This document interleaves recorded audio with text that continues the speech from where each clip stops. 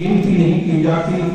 سرکار دو عالم صلی اللہ علیہ وسلم انتظار فرماتے ہیں رمضان کو، شعبان کے مہینے کے انتظار فرماتے، گنتی کرتے رہتے، چاند کو دیکھتے رہتے تھے تاکہ اس شعبان کے مہینے کی بھی گنتی صحیح ہو جائے اور رمضان کی بھی گنتی صحیح ہو اور روزے ہمارے یقینی ہوں، کسی قسم کے شک و شبہوں میں نہ جائیں. اسی وجہ سے سرکار دو عالم صلی اللہ علیہ وسلم اس کی گنتی بھی فرماتے تھے. اور پھر دوسری چیز رسول اللہ صلی اللہ علیہ وسلم کی سنت مبارکہ سے اس مہینے کے حوالے سے یہ ہے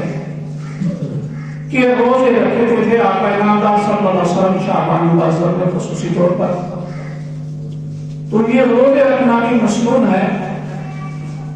اور اول 15 دن میں رکھنا زیادہ بہتر ہے.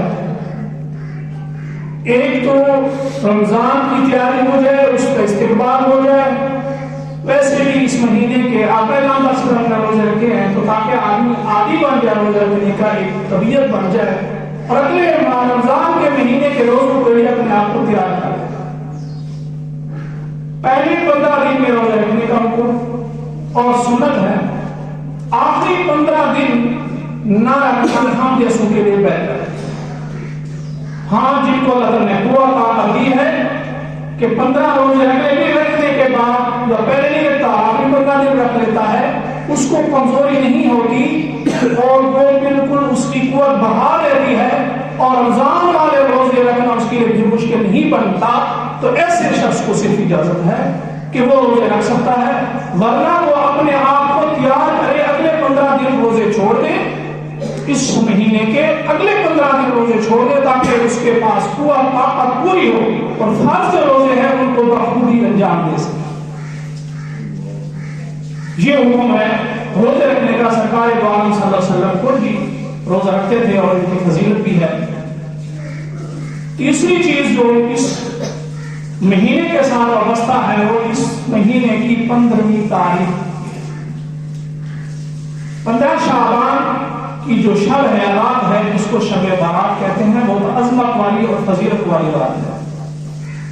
اس کو اللہ تعالیٰ کی طرف سے خاص مقام حاصل ہے. جیسا کہ جو میں نے آپ کے سامنے آیات تلاوت کی، اس میں بھی قرآن کریم نے اسی رات کی فضیلت کو بیان فرمایا. اِنَّا أَنزَلْنَاهُ فِي لَيْلَةٍ مُبَارَكَةٍ. اللہ تعالیٰ نے فرمایا کہ ہم نے یہ قرآن کریم کو فرمایا حامیم وَالْكِتَابِ الْمُبِينِ، یہ واضح کھلی ہماری جو کتاب ہے احکامات پر مبنی. اِنَّا أَنزَلْنَاهُ، ہم نے اس کو اتارا ہے فِي لَيْلَةٍ مُبَارَكَةٍ، مبارک رات کے اندر. مفسرین نے لکھا ہے اس رات سے مراد یہی 15 شعبان کی رات ہے کہ اللہ تبارک و تعالیٰ نے قرآن کریم کو اولا لوح محفوظ سے اتارا اللہ تبارک و تعالیٰ نے آسمان دنیا پر. قرآن کریم کے نزول کی دو ہے، ایک ہے قرآن کریم کا نزول لوح محفوظ سے آسمان دنیا پر اور دوسرا نازل ہونا ہے جب آسمان دنیا سے سرکار دو عالم مفر محمودہ آقا انعامدار صلی اللہ علیہ وسلم کے دل مبارک کے اوپر اترنا قرآن کریم کا. تو جو پہلا نزول ہے آسمان دنیا پر وہ ایک ہی رات میں ہوا ہے. ایک ہی رات میں سارا کا سارا قرآن کریم اللہ تعالیٰ نے آسمان دنیا پر اتار دیا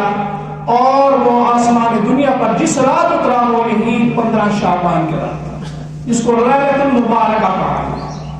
اسی بنا پر اللہ تبارک و تعالیٰ نے اس رات کو شان بخشی. دوسری اس رات کی یہ شان بھی ہے کہ اللہ تبارک و تعالیٰ نے اسی آیت میں بیان فرمایا یفرق کل امر حکیم. اللہ تبارک و تعالیٰ حکمت و نظام اس کے احکامات جو اللہ تبارک و تعالیٰ نے امور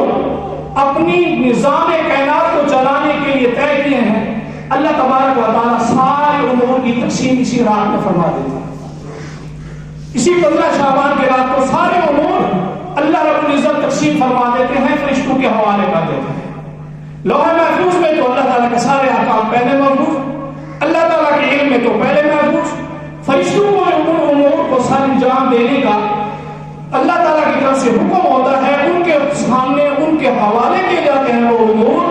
اور پورا سال وہ اس نظام کو لے کر وہ فرشتے چلتے ہیں. وہ اسی رات کو وہ سارے امور تقسیم کی جاتی ہیں.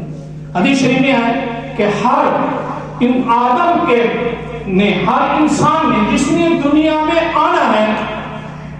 اس 15 شعبان کی رات سے اگلے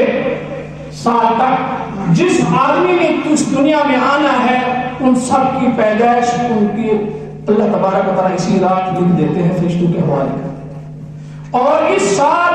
جتنے لوگوں نے اس دنیا سے جانا ہوتا ہے، وہ بھی ان کے بھی نام حوالے کر دیے جاتے ہیں، ان کو بھی اللہ تبارک و تعالیٰ ان کو امور کو بھی سپورٹ کروا دیتے ہیں۔ اور اللہ رب العزت نے جس کے رزق بڑھانے کا فیصلہ کیا ہے، کمی کرنے کا، جتنا بڑھانے کا فیصلہ، وہ بھی اللہ تبارک و تعالیٰ سارا کا سارا اسی رات معاملات سپورٹ کر دیتے ہیں۔ تو اللہ تبارک و تعالیٰ کے تمام امور نظام کائنات کو چلنے میں جو اللہ تعالیٰ کے احکامات ہیں، اللہ تعالیٰ کے حکام ہیں، حکم ہیں، اور فرشتے ان کی ڈیوٹی کو سنبھالتے ہیں، اللہ رب العزت اسی رات تمام فرشتوں کو سپورٹ کروا دیتے ہیں 15 شعبان۔ اور یہ تو ہے اللہ تبارک و تعالیٰ کی تقدیر کے فیصلے، اور اسی بنا پر کیونکہ یہ مبارک رات ہے، اللہ تبارک و تعالیٰ نے قرآن کریم کو اس رات میں نازل فرمایا، تو اس کی خاص فضیلت کے پیش نظر آقا نامدار صلی اللہ علیہ وآلہ وسلم خود بھی ساری رات عبادت فرماتے تھے، اور پھر اگلے 15 شعبان کے دن کا روزہ بھی رکھتے تھے۔ یہ بھی مضمون ہے 15 شعبان کا روزہ، رات کو شام بیداری کرنا، عبادت کرنا، اللہ تعالیٰ کی ذات کے سامنے گر گرانا، تسبیح تحمید کرنا، حمد و ثنا کرنا، رکوع و سجود میں گزارنا، اپنی خطاؤں کی معافی طلب کرنا، اپنی مسائل پریشانیوں کا حل اللہ تعالیٰ سے طلب کرنا، یہ مضمون ہے اور یہ رات مانگنے کی ہے۔ آقا نامدار صلی اللہ علیہ وآلہ وسلم فرماتے ہیں کہ اللہ تبارک و تعالیٰ اس رات کو آسمان دنیا پر نزول فرماتے ہیں۔ دیکھیں ایک چیز ذہن رکھیں، اللہ تبارک و تعالیٰ کی ذات جسم سے پاک ہے، اور جہت سے بھی پاک ہے، اس کی کوئی جہت نہیں کہ اوپر ہے نیچے ہے، اوپر سے نیچے اترتے ہیں، یہ نہیں ہے۔ اللہ تعالیٰ کی ذات ہر جگہ موجود ہے۔ جہاں یہ حدیث میں آیا کہ اللہ تعالیٰ نزول فرماتے ہیں آسمان دنیا پر، وہاں اللہ تعالیٰ کی رحمت مراد ہے کہ اللہ تعالیٰ کی رحمت آسمان دنیا پر متوجہ ہو جاتی ہے، اور پھر اعلان ہوتا ہے کہ اسی رات حل من مستغفر فاغفروا، کوئی ہے تم میں سے اپنے گناہوں کی، خطاؤں کی، جو سارا سال تم نے اپنے آپ کو گناہوں میں لپیٹ دیا ہے اور گناہوں میں گزار دیا ہے، مجھے ناراض کر دیا ہے، آج کوئی ہے حل من مستغفر، آج میری رحمت برس رہی ہے، کوئی ہے مجھ سے مغفرت طلب کرنے والا، فاغفروا، آج تو میری رحمت سمندر کی طرح بہہ رہی ہے، میں اس کو بخشوں۔ حل من مسترزق، تم میں سے کوئی ہے جس کو طلب کرنے والا، سارے سال انسان روزی کی وجہ سے پریشان رہتا ہے، آج اللہ تعالیٰ کی طرف سے رحمت برس رہی ہے، اعلان ہو رہا ہے حل من مسترزق، تم میں سے کوئی ہے جس کو طلب کرنے والا، فارزقوہ، میں اس کو رزق عطا کروں۔ اور پھر اللہ تعالیٰ کی طرف سے اعلان ہو رہا ہے حل من معاف، تم میں سے کوئی ہے اپنی مصیبت پریشانی کی عافیت طلب کرنے والا اور اس کی تدارک طلب کرنے والا، اپنی پریشانی کو دور کرانے والا، فاعفیہ، میں اس کو معاف کروں اور اس کی عافیت اس کو عطا کروں، تو ہے مجھ سے مصیبت کی تنگی کو دور کرانے کے لیے۔ اس رات اعلان ہوتا ہے، فرمایا کہ مغرب سے لے کر طلوع صبح تک یہ اعلان ہوتا ہے اللہ تعالیٰ کی طرف سے رحمت۔ تو یہ دوسرا حکم یہی ہے کہ اس رات کی عبادت کرنا، اللہ تعالیٰ سے مانگنا، یہ اللہ تعالیٰ کی رحمت برس رہی ہوتی ہے، اللہ تعالیٰ سے مانگنا۔ باقی یہ کھانا میٹھا پکانا یہ کوئی مصنون نہیں ہے، ہم نے ایک عادت بنا لی ہے، اس کی رسم ہے، اس کی کوئی حقیقت نہیں، اس کی کوئی حقیقت نہیں ہے۔ البتہ اس نیت سے کھانا میٹھا کہ ہلکی غذا کھاؤں، ثقیل غذا نہ ہو، طبیعت کے اوپر بوجھا نہ ہو، اور آدمی رات ساری عبادت کرے تو وہ طبیعت بوجھا نہ ہو، دل کے اندر نرمی ہو، جتنا دل زیادہ نرم ہوگا اللہ تعالیٰ کی طرف رجوع اور اطمینان اللہ تعالیٰ کی طرف سے قلب جو حاصل ہوتا ہے، عبادت سے سکون حاصل ہوتا ہے، وہ زیادہ حاصل ہوتا ہے۔ زیادہ کھائے نہیں انسان، پیٹ بھر کر نہ کھائیں، دل کو نرم ہے، اس لیے اس نیت سے مل کر کھا لیتا ہے کہ نرم غذا کھاؤں، میرا دل نرم رہے، بوجھل نہ رہے طبیعت، اس نیت سے اگر کوئی کھا لیتا ہے، صرف اس نیت سے کہ تاکہ رات ساری عبادت جو کرو وہ اطمینان والی ہو،